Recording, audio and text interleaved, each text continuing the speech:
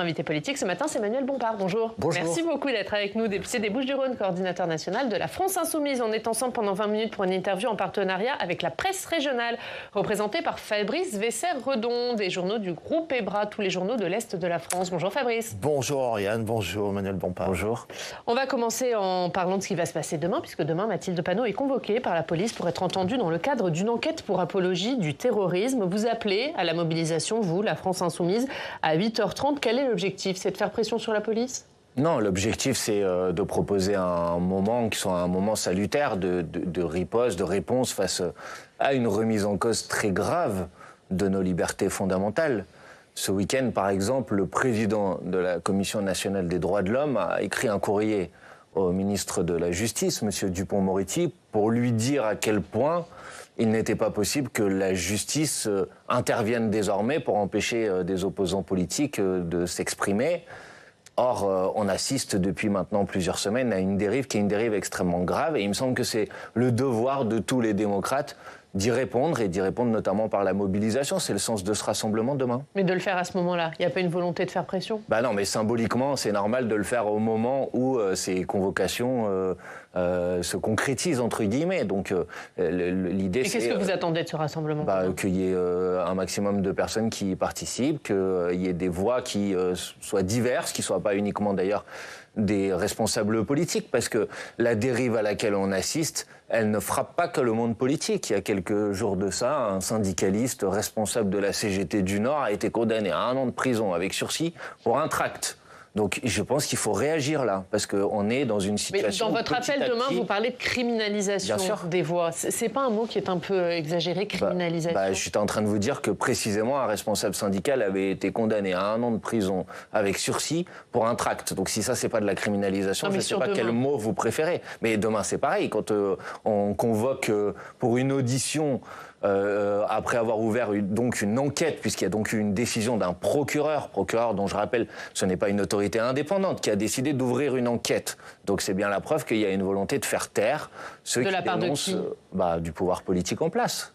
Clairement, d'ailleurs... Pour vous, c'est le gouvernement qui est derrière la convocation de Mathilde Panot demain ? Bien évidemment, et c'est documenté ce que je suis en train de vous dire pour une raison très simple. Il y a eu une circulaire de M. Dupond-Moretti à l'ensemble des procureurs, circulaire en date du 10 octobre dernier, dans lequel il demandait aux procureurs de poursuivre en utilisant ce fameux délit infamant d'apologie du terrorisme. Donc bien évidemment que... Il faut supprimer pour vous ? Alors, en tout cas, il faut le supprimer du droit commun, puisqu'en 2014 de mémoire, il avait été décidé par M. Cazeneuve, à l'époque, nous nous y étions opposés d'ailleurs, de mettre ce délit dans le droit commun. On est face à quelque chose de stupéfiant. Donc je pense que bien évidemment que s'il y a des gens qui font l'apologie d'actions terroristes, ils doivent être poursuivis, c'est interdit, c'est un délit. Mais qu'est-ce qu'il y a dans le communiqué du groupe parlementaire de la France Insoumise du 7 octobre, puisque c'est de ça dont il est question en ce qui concerne la convocation de Mathilde Panot, qu'est-ce qu'il y a, alors que ce communiqué dit précisément « Nous pleurons l'ensemble des victimes, qu'elles soient israéliennes ou palestiniennes », qu'est-ce qu'il y a d'apologie du terrorisme? Tout le monde qui lit ce communiqué tombera de sa chaise, excusez-moi de vous le dire. Oui, c'est une petite quête qui vous est reprochée, mais on en a déjà beaucoup parlé, c'est une forme de relativisme. Mais non, mais d'abord, il n'y a aucun relativisme. Par contre, clairement, il n'est pas possible que ce délit d'apologie du terrorisme, c'est d'ailleurs, je faisais référence tout à l'heure au président de la Commission nationale consultative des droits de l'homme, c'est d'ailleurs ce qu'il dit dans son courrier. Il dit, il n'est pas possible que ce délit d'apologie du terrorisme soit utilisé pour empêcher toute mise en perspective historique d'un événement. Sinon, on ne peut plus penser, on ne peut plus réfléchir. Enfin, bien évidemment que les actions du 7 octobre, elles sont horribles, et bien évidemment que nous les avons condamnées dès le premier jour, bien évidemment. Mais en quoi le communiqué... Sans employer le mot terroriste, c'est ce qui vous a été reproché. Mais si, nous avons dit que ce sont des actions terroristes. Le mode opératoire est un mode opératoire terroriste, bien évidemment. Mais écoutez, même si c'était ça le motif, vous entendez bien qu'en justice, on ne condamne pas pour un mot que vous n'avez pas employé. Fabrice. Est-ce que les propos de Jean-Luc Mélenchon, qui a comparé le président de l'université de Lille à un nazi, après lui avoir interdit... Non. Est-ce que c'est une mise en perspective d'un événement historique? Mais non, mais d'abord... Il va y avoir une plainte du gouvernement. Là, pour le coup, c'est totalement affiché, puisque c'est la ministre... Je vais vous dire... C'est Virotayot qui l'a annoncé qu'elle allait déposer plainte pour injure publique. C'est ridicule. Enfin, d'abord...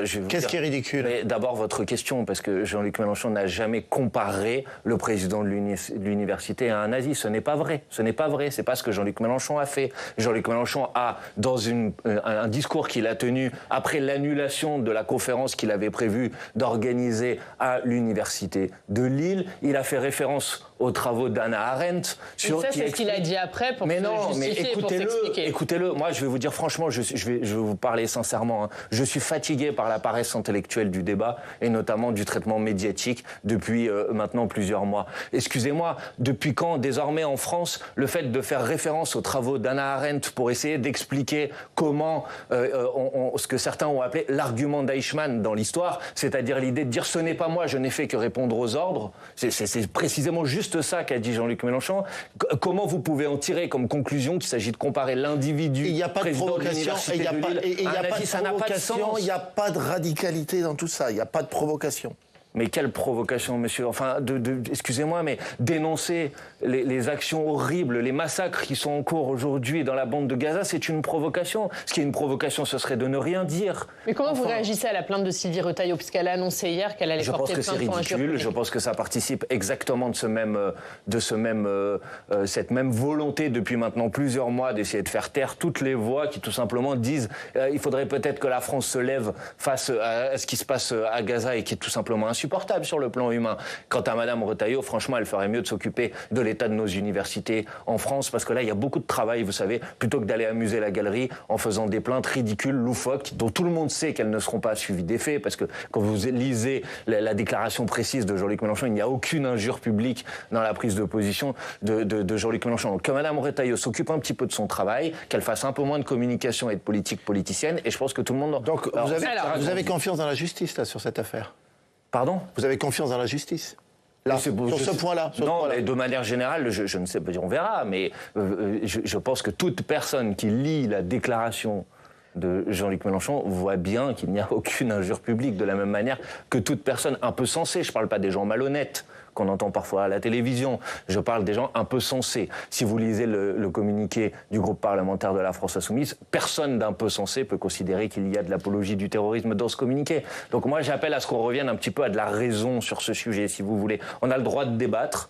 On a le droit de débattre, y compris de sujets qui sont des sujets compliqués, complexes. C'est vrai que la situation au Proche-Orient est un sujet compliqué et complexe. On a le droit de dire qu'on n'est pas d'accord avec le gouvernement de M. Netanyahou. On a le droit de dire que c'est pas normal de tuer plus de 30 000 personnes, même après des actions qui sont des actions horribles qui ont été commises le 7 octobre. On a le droit de considérer que la position de la France est une position bien trop timide pour dénoncer ce qui se passe là-bas. Et ça doit pas valoir une convocation devant la police ou des condamnations avec de la prison avec sursis. Faut revenir à un cadre un peu raisonnable du débat public. Alors, moi, je suis très inquiet face à cette dérive. Hein. Vous parlez des universités et notamment de ce qui s'est passé vendredi à Sciences Po avec des manifestants pro-palestiniens. Des élus de la France Insoumise se sont rendus à Sciences Po pour les soutenir. Est-ce que ce matin, vous appelez au blocage généralisé des universités? Mais c'est pas à moi d'appeler à quoi que ce soit, c'est les étudiants eux-mêmes qui se... Si je le fais... Mais vous êtes allé les soutenir? Mais bien évidemment. Mais bien sûr. Moi, voilà, donc est-ce que vous souhaitez que le mouvement prenne de l'ampleur? Moi, bien sûr que je le souhaite. Donc mais vous souhaitez un blocage des universités? Non, mais moi, je souhaite que prennent de l'ampleur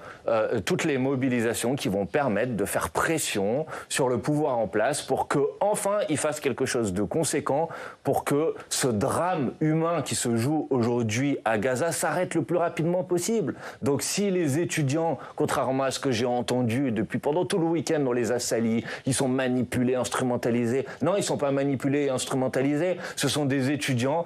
Ils sont en particulier, ils travaillent à Sciences Po sur les questions du droit international. Ils trouvent ça horrible ce qui est en train de se passer là-bas et ils se mobilisent et ils se lèvent. Et donc, plutôt que de leur jeter des anathèmes comme on l'a fait pendant tout le week-end, on devrait tous saluer leur mobilisation. Moi, je la salue en tout cas. Juste, il y a un tweet de Rima Hassan, on va le regarder, qui a été publié vendredi, qui dit « Venez à Sciences Po, l'heure est au soulèvement ». Est-ce que vous appelez, vous, au soulèvement? Mais bien sûr que si se soulever, ça veut dire quoi? Ça veut dire s'indigner, ça veut dire se révolter. Bien évidemment que je suis indigné et révolté face à ce qui se passe là-bas. Manuel Bompard, juste, vous savez comment on traduit soulèvement en arabe? Dites-moi. On traduit ça intifada. Est-ce que vous appelez à l'intifada? En polonais et en... Non, mais, mais je veux dire, qu'est-ce que c'est que cette histoire maintenant? C'est-à-dire quand est-ce que vous appelez à l'intifada? Non. On imagine que Rima Hassan, qui est franco-palestinienne, n'a pas utilisé ce mot complètement au hasard. Oh, franchement, madame, s'il vous plaît. Vous pensez quoi? Vous pensez que parce que madame Rima Hassan est franco-palestinienne, il faut traduire l'ensemble des mots qu'elle utilise en arabe pour en savoir leur vraie justification? Ben non, elle a utilisé ce mot pour ce qu'il veut dire en France. Ce qui veut dire en France, c'est soulevez-vous, révoltez-vous face au fait que vous avez un pouvoir politique aujourd'hui qui ne fait rien de conséquent pour que ces massacres s'arrêtent, tout simplement. Enfin, qu'est-ce que c'est que cette histoire? On n'a plus le droit maintenant de dire que ça suffit, c'est insupportable ce qui se passe là-bas. La semaine dernière, on a trouvé des charniers. cette semaine. Non, mais vous comprenez qu'on s'interroge sur vos tweets. Il y a ce tweet, il y avait le tweet de Jean-Luc Mélenchon qui accusait Yael Braun-Pivet de camper à Tel Aviv. Je veux dire, ça pose quand même des questions. Alors, est-ce qu'il y a une forme d'irresponsabilité dans vos tweets ou est-ce qu'il y a une forme de cynisme dans vos tweets? Non, ni l'un ni l'autre, madame. Parce que là, vous voyez, c'est pas une question que vous êtes en train de me poser. Parce que moi, c'est comme si je vous dis, est-ce que votre question, elle est malhonnête ou est-ce qu'elle est ignoble? Mais des deux alternatives, vous préférez laquelle, madame? Vous voyez bien que c'est pas sérieux. S'il vous plaît, je veux dire, ce qui est insupportable et irresponsable, c'est le fait que le gouvernement français ne fait rien face à cette situation. Donc arrêtez tout de suite d'aller en permanence chercher à polémiquer sur les mots, alors que ce qui est grave, c'est ce qui se passe, pas les mots qu'on utilise pour décrire la chose. Qu'est-ce que vous attendez de plus aujourd'hui d'Emmanuel Macron? J'attends qu'il ne fasse pas seulement des appels incantatoires au cessez-le-feu et qui crée les conditions d'un véritable rapport de force avec le gouvernement de M. Netanyahou. Et donc, il utilise les outils à sa disposition pour le faire. On a la possibilité de décréter des sanctions contre le gouvernement israélien. Pourquoi le fait-on pas? Le président de la République pourrait décider en France de manière unilatérale, sans attendre l'autorisation de qui que ce soit, de reconnaître officiellement l'État de Palestine. Pourquoi ne le fait-il pas? On pourrait décréter un embargo sur les livraisons d'armes. Il y a au niveau européen un accord d'association entre l'Union européenne et Israël. C'est l'un des accords d'association les plus poussés. Dans cet accord, il y a une clause sur le respect des droits humains. Mais est-ce que vous considérez que l'armée israélienne respecte les droits humains aujourd'hui? Sinon, il y a une clause dans cet accord. Il faut suspendre cet accord. Pas pour embêter, mais parce que si on ne crée pas les conditions d'un rapport de force pour que le gouvernement de M. Netanyahou s'arrête, alors on va aller vers un massacre de plus en plus important. Et comprenez que ça révolte plein de gens dans ce pays. Et que quand ils se révoltent, ce serait bien qu'on parle de la raison de leur révolte et pas immédiatement qu'on essaye de les salir ou de les calomnier pour les faire taire. Est-ce qu'en mettant autant en avant la question palestinienne, la question de Gaza et la question israélo-palestinienne dans votre campagne, vous n'éclipsez pas les autres sujets? Mais ça, c'est pareil. Enfin, d'abord, c'est pas nous qui mettons en avant. Le sujet, il existe, il est dans malheureusement, moi, je préfère... après, il y a d'autres sujets qui existent. Reconnaissez que vous parlez beaucoup de celui-là. Mais attendez, je vais y venir. Mais d'abord, excusez-moi, mais moi, je préférerais qu'il n'y ait plus d'action de l'armée israélienne à Gaza. Vous voyez, je préférerais que ça s'arrête, en fait. Donc, ne me faites pas comme si en quelque sorte, on ferait exprès de faire exister ce sujet. Ce sujet, il est là parce que malheureusement... Non, mais à l'heure actuelle, c'est vrai qu'on a l'impression que c'est plus Rima Hassan que Manon Aubry, votre tête de liste. Mais ça, alors franchement, c'est écoutez nos meetings. Je veux dire, Manon Aubry, elle a fait un meeting la semaine dernière à Strasbourg, elle fait un meeting demain soir à Grenoble. Allez-y, vous verrez que la question du conflit à Gaza, bien évidemment, elle occupe une place, mais elle occupe pas l'ensemble de nos meetings. Ce n'est pas vrai. Enfin, pardon, Manon Aubry est la seule tête de liste de toutes les têtes de liste à avoir sorti un programme complet. Vous l'avez lu, j'imagine. Et on la recevra la semaine prochaine, vous d'ailleurs. Vous l'avez lu? Bon, alors si vous l'avez lu, vous savez que ce sujet occupe quoi, 1% du programme? Et on reproche à Manon Aubry de parler que de ça. Mais d'où ma question. Mais non, mais d'où ma question. On ne le reproche pas à Manon Aubry. Mais d'où ma question. Vous le mettez beaucoup en avant alors qu'il n'y a pas que ça dans votre programme. Est-ce que ça éclipse pas le reste de votre programme? Mais on parle de tous les autres sujets, madame. Mais si vous voulez, je peux vous en parler là. Plafonner les écarts de salaire.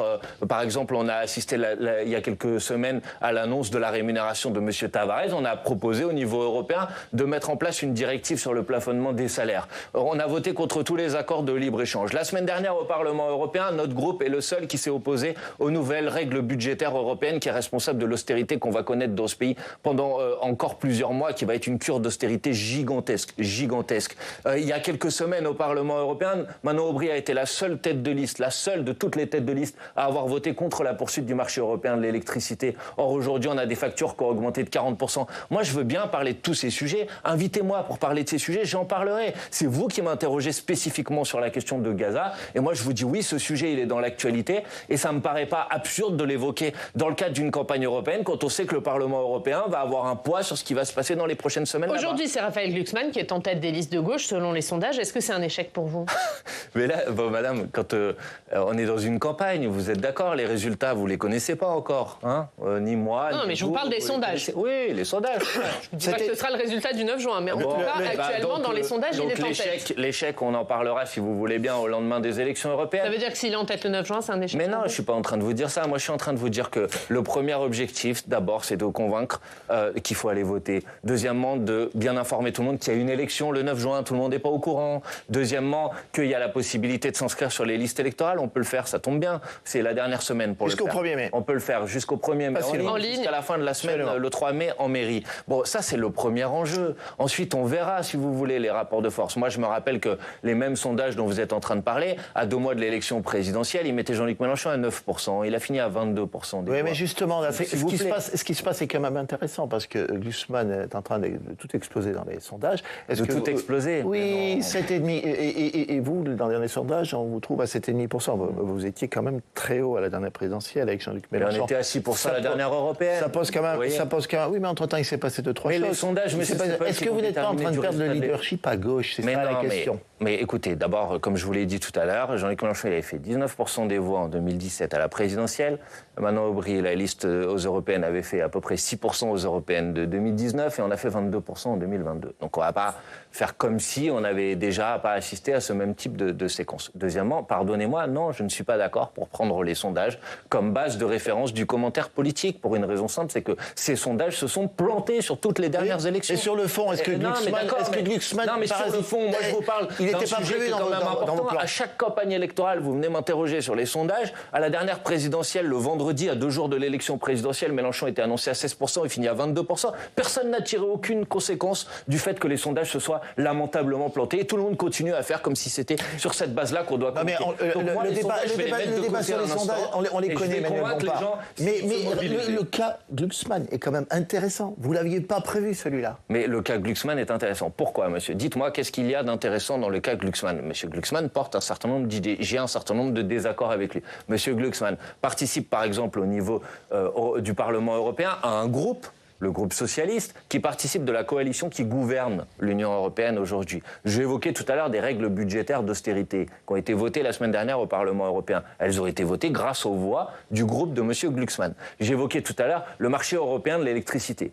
Le fait que l'Union européenne a décidé de poursuivre avec la libéralisation et notamment la fin des tarifs réglementés. Si cette réforme a été adoptée, c'est parce qu'une majorité des voix du groupe de M. Glucksmann ont voté en faveur. Donc moi je dis aux gens qui nous écoutent, ne vous trompez pas. M. Glucksmann s'inscrit dans la continuité de la politique qui est mise en place au niveau européen depuis maintenant des années et des années. Et si vous voulez un vote de rupture, il faut voter par la liste conduite par Manon Aubry. Et sur la scène nationale, c'est pareil. Tout le monde sait que M. Glucksmann prépare le retour de François Hollande. Donc si vous voulez le retour de François Hollande, votez pour M. Glucksmann. Mais si, comme je le crois, une grande partie de la population a décidé de chasser François Hollande parce qu'il n'était pas d'accord avec le bilan de son quinquennat, je leur dis, c'est pas pour M. Glucksmann qu'il faut voter, c'est pour la liste conduite par Manon Aubry. Ça va être compliqué de faire l'unité à gauche après tout ça, non ?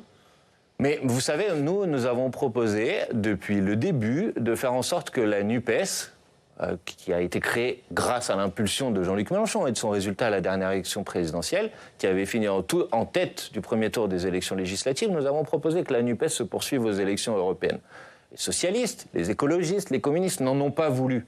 Nous leur avons même proposé... Non mais si vous venez de nous lister une liste de divergence avec Raphaël Glucksmann long comme le bras, ça aurait été compliqué quand même de faire une liste commune. Oui, mais parce que le Parti socialiste a fait un choix très clair, c'est de tourner le dos au programme de rupture de la NUPES et d'investir comme tête de liste une personnalité, M. Glucksmann, qui s'est toujours opposé à la NUPES. Mais le Parti socialiste aurait pu faire un autre choix.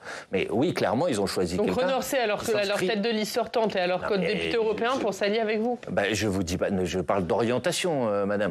Je parle d'orientation politique. Si la NUPES a été possible au lendemain des élections présidentielles, c'est parce que le Parti socialiste avait à ce moment-là choisi de rompre avec ce qu'avait été le bilan de François Hollande en particulier. Donc oui, bien sûr, pour faire une liste commune aux élections européennes, il aurait fallu rompre avec cette co-gestion européenne dont j'étais en train de parler tout à l'heure. Fabrice, un mot sur l'interview d'Emmanuel Macron au journaux du groupe EBRA. Oui, absolument. Il a parlé de nucléaire et les filles hier a sorti un communiqué d'ailleurs. Vous êtes insurgés contre l'idée d'Emmanuel Macron de partager la force, je reprends les termes, la force de dissuasion nucléaire avec les États de l'Union européenne. Une défense européenne n'est pas possible à vos yeux? Mais là, d'abord, on ne parle pas précisément d'une défense européenne, on parle du fait de mettre à disposition... C'est l'idée, quand même. C'est l'idée de faire travailler ensemble l'Union européenne. C'est une idée ridicule, pour une raison simple. C'est ma question. La dissuasion nucléaire, c'est un bouton, et que vous ne pouvez pas avoir 15 ou 25 ou 20, je ne sais pas combien on en mettrait sous le parapluie nucléaire, doigt sur le bouton. Vous pouvez en avoir qu'un seul. Donc, si vous voulez décider, le principe même de la dissuasion nucléaire n'existe qu'à partir du moment où vous avez une politique de défense et donc une politique extérieure qui soit commune au niveau de l'Union européenne. Or, aujourd'hui, tout le monde voit qu'elle n'existe pas. Que ce soit sur la question ukrainienne, que ce soit, on parlait de la question de Gaza tout à l'heure, on voit bien que tous les pays de l'Union européenne n'ont pas la même politique extérieure. Vous le souhaiteriez ? mais qu'il y ait une politique commune en matière de politique extérieure. De défense européenne. Non, mais il ne peut pas y avoir de politique de défense européenne s'il n'y a pas des intérêts communs et donc une politique extérieure commune. Sinon, ça n'a pas de sens. Donc, je ne sais pas que je le souhaite ou que je le souhaite pas, je vois bien que c'est pas le cas aujourd'hui. Donc, proposer, comme le fait le président de la République, de mettre à disposition la dissuasion nucléaire française est une hérésie. D'ailleurs, ça a été dénoncé à peu près par toutes les oppositions. J'observe qu'il y a un mois, quand il avait ouvert d'ailleurs cette possibilité, on l'avait dénoncé à l'époque et on nous a dit vous racontez n'importe quoi, il n'a pas dit ça, il n'a pas dit ça. Et maintenant tout le monde débat du fait que si précisément il a dit ça. Un mot sur Total, puisque Patrick Pouyanné, le PDG de Total, est auditionné au Sénat cet après-midi. Patrick Pouyanné qui annonce qu'il envisage de quitter la bourse de Paris pour celle de New York. Est-ce que c'est une façon de mettre en garde le gouvernement si celui-ci voulait taxer les rachats d'actions ou les superdividendes ? Je ne crois pas, parce que si j'ai bien compris, et il propose éventuellement d'être coté ailleurs, mais pas de remettre en cause le fait que son siège social soit en France. Il dit que pour le moment, il n'y a pas de remise en cause du siège social. La question qui est posée, et moi je pense qu'on devrait poser, c'est la question notamment de la taxation des super-profits. Ça mais dépend. Pour vous, ce n'est pas le début d'une menace ? Je ne sais pas, mais qui peut menacer s'il veut. Par ailleurs, je pense que je ne vois pas trop ce qui menace, parce que Emmanuel Macron n'a strictement rien fait. Donc je ne vois pas en quoi Emmanuel Macron est une menace pour lui. Parce que je rappelle que cette promesse sur les taxations des rachats d'actions, elle date d'il y a 1 an. Hein. Il s'est passé quoi depuis ? Rien. La taxe sur les super-profits, ça fait maintenant des années que nous la proposons. Or, il est clair que l'entreprise Total a réalisé ces derniers mois des profits qui sont des profits extraordinaires et que ça s'est fait sur le dos d'une grande partie de la population qui n'arrive plus à s'en sortir, qui n'arrive plus, par exemple, dans le cas de Total, qui n'arrive plus à faire son plein sans avoir besoin de sacrifier autre chose, le fait de se soigner, le fait de se nourrir. Donc, il me semble que c'est quand même une mesure élémentaire de justice de dire que quand une entreprise comme Total réalise des profits extraordinaires, il faut la mettre à contribution. Que vous proposerez cet après-midi, on imagine. Pourquoi ne pas avoir préparé une motion de censure pour cet après-midi et ce débat budgétaire ? Mais d'abord, vous verrez, premièrement. Il y en aura une ? Ah bah oui. Je vous dis, vous verrez. Non, mais ça veut dire que vous en préparez une ? Non, je vous dis, il faut prendre les choses de manière méthodique. Cet après-midi, il y a un débat à l'Assemblée nationale sur la situation budgétaire en France. D'abord, la première chose à dire, c'est que les prévisions budgétaires qui étaient celles du gouvernement, qui ont conduit au budget précédent, étaient complètement loufoques, puisque aujourd'hui on est en train d'y revenir. Monsieur le maire annonce des milliards d'euros de coupes dans les dépenses publiques. Les premiers budgets qui vont être impactés, c'est la transition écologique, comme si ce n'était pas un sujet qui était un sujet majeur. Nos services publics, on ne peut pas. Enfin, je veux dire, on peut pas. Nos services publics sont déjà à l'os. Donc, qu'est-ce que nous disons ? Nous disons, on est dans une situation qui était imprévue d'un point de vue budgétaire. Il faut qu'il y ait un nouveau débat à l'Assemblée nationale. Et donc, il faut qu'il y ait, pardonnez-moi du terme un peu technique, ce qu'on appelle un projet de loi de finances rectificatif. Bon, ça, c'est la première manche de la bataille. Donc, bon, là, il vous accordez le débat, le gouvernement, mais pas le projet de loi de finances rectificatif. Nous allons demander ce projet de loi de finances rectificatif. Si le gouvernement s'y oppose, refuse qu'on puisse, ce qui me paraît être assez élémentaire, juste débattre, oui, bien sûr, nous déposerons une motion de censure, puisque quel autre choix nous aurons à notre disposition ? Pas cet après-midi, mais avant l'été.